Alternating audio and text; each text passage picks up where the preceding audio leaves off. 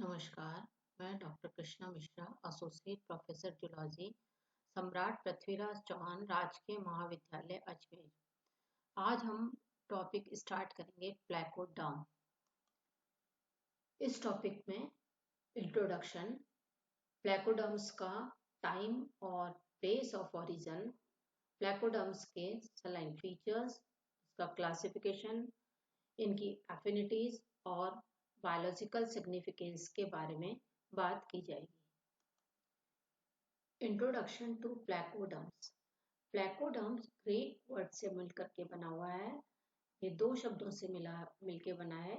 प्लेकोस means flat plate और डर्मास means skin, यानी कि इनकी जो स्किन होती है वो प्लेटेड होती है और प्लेटेड स्किन कहलाती है।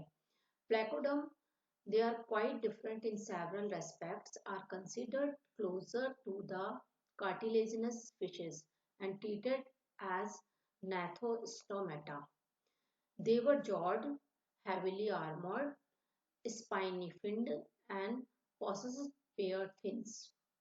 The body was flattened, and they lived during Silurian to Devonian periods of Mesozoic era. They were credited as the first vertebrates blessed with jaws.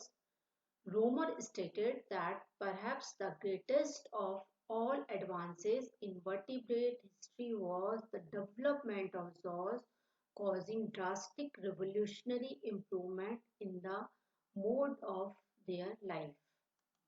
Now, time and place of origin of placoderms. Placoderms originated about 400 million years ago in the Devonian periods of Paleozoic era. They flourished through Devonian and Carboniferous and became extinct by Permian about 280 million years ago. During Devonian, they underwent great evolutionary radiations when two new types, the cartilaginous and bony fishes, evolved in early Carboniferous times. Placoderms originated and lived in the freshwater, but later forms invades the sea as well. Ancestors of Placoderm. It is believed that some primitive ostracoderms were probably the ancestors of placoderms. Smith in 1960 stated that placoderms may be the derivatives of ostracoderms.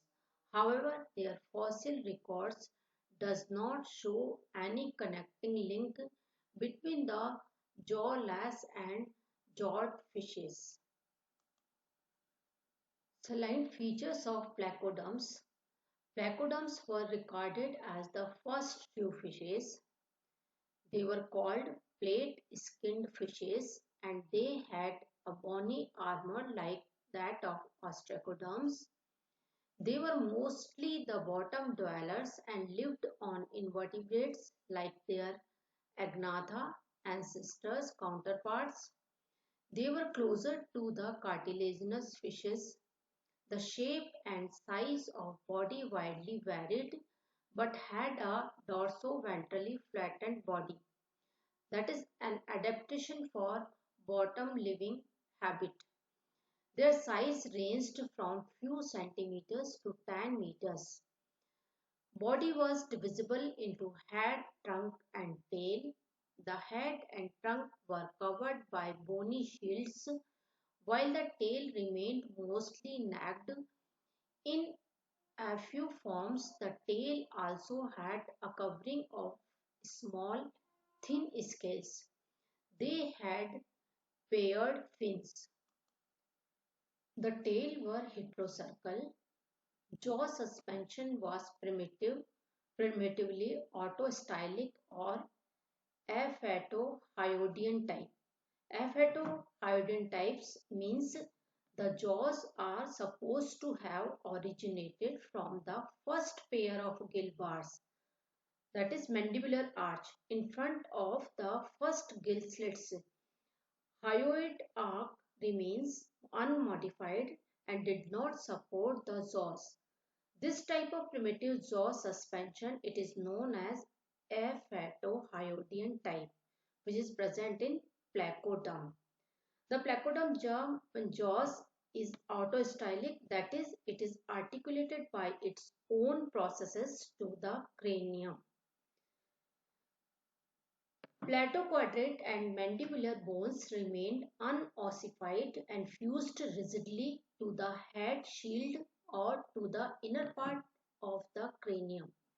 The hyoid arch was relatively unspecialized and did not participate in jaw suspension. Jaw consisted of bony plates formed by modification of dermal bones lining the jaw cartilage. Similar plates on Platoquadrate probably assisted them in crushing shelled mollusks and arthropods. They developed an internal ear with semicircular canals, spiracles probably atypical gill slits between the mandibular and hyoid arc. The fins in general were similar to those of early sharks. These were represented by a pair of pectoral and pelvic fins and often by large pectoral spines attached to the bony plates on the trunk.